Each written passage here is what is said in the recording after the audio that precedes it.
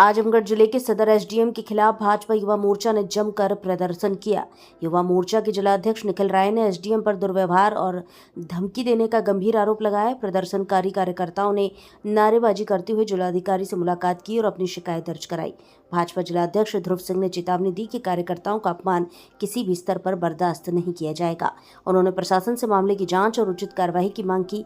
प्रदर्शन के दौरान युवा मोर्चा के कार्यकर्ताओं ने एसडीएम के खिलाफ नारेबाजी कर अपना आक्रोश जताया। भारत संवाद से श्रेयांश जायसवाल की। हमारा कोई विवाद नहीं था। लगातार एसडीएम साहब के द्वारा भाजपा कार्यकर्ताओं पर का उत्पीड़न हो रहा है, जिसकी लगातार शिकायतें आ रही हैं। आपने अभी देखा होगा कि ये जो कचहरी या कलेक्ट्री कचहरी पिछले 2 महीने से हड़ताल किए हुए बैठी है। ऐसा नहीं कि मुझे कोई दिक्कत है, हमने लगातार सिर्फ इनके खिलाफ सोशल मीडिया पर लिख दिया। अभी कुछ दिन पहले इन्होंने एक भाजपा कार्यकर्ता जो पूर्व में हमारी पार्टी से सांसदी का चुनाव लड़े, उनके घर के आगे इन्होंने गड्ढा खुदवा दिया। परानापुर का एक प्रकरण था, जबरदस्ती इन्होंने रास्ते को कब्जा कराया, जबकि इनके द्वारा ही उसमें लिखा गया था अगर यह मामला न्यायालय में विचाराधीन हो तो इस पर निर्माण कार्य न कराया जाए। और सिधारी एसएचओ को इन्होंने भेजकर जबरदस्ती इसको कब्जा करा दिया। लगातार 2-3 प्रकरणों से इन्होंने मुझे अपने दिमाग पर बैठा लिया।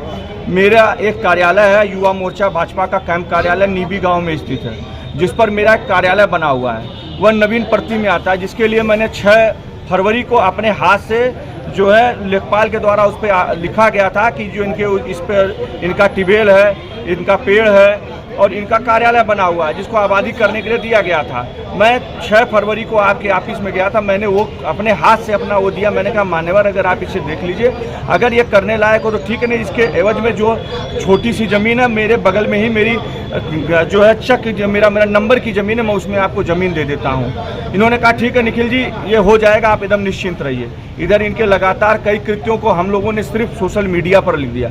इसके तहत इन्होंने मैंने कल इनको मैसेज किया, क्योंकि 2 दिन से यह अधिकारियों को भेजकर मेरे ऊपर मानसिक दबाव बनवा रहे थे।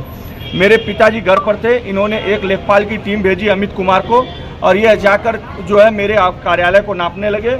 और मेरे पिता से इन्होंने कहा कि तुम ये कार्यालय तुरंत खाली कर दो। और उसके ऊपर मेरे पिताजी हार्ट के पेशेंट हैं, उन्होंने मुझे तत्काल फ़ोन किया। मैं आया, मैंने इनको मैसेज किया एसडीएम साहब को कि मान्यवर, मैंने जो फाइल दिया था उसके संदर्भ में आपसे मिलना चाहता हूँ। इन्होंने फेसबुक पर अभद्र भाषा में लिखते हुए बोला तुम कल मेरे ऑफिस में आ जाना 10 बजे। आप कहिए तो मेरी मोबाइल दीजिए, मैं सोशल मीडिया में दिखाता हूँ।